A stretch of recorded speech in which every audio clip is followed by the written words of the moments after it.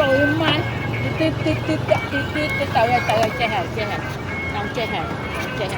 con không chơi nè ba tôi mặn rồi đấy trên con hiện lại đánh bông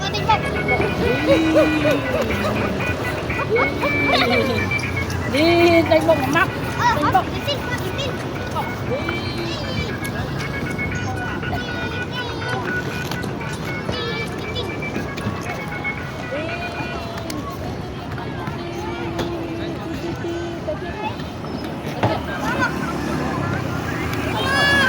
bọc lại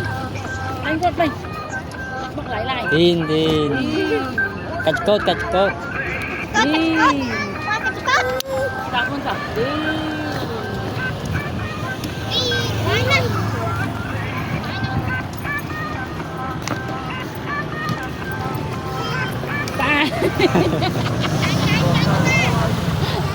ta ơi nó ta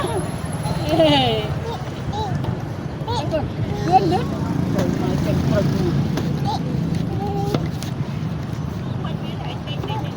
đá con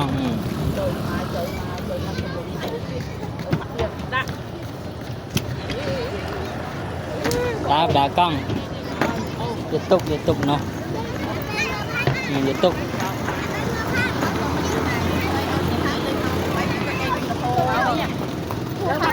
phải chưa mà con nó chưa cao không?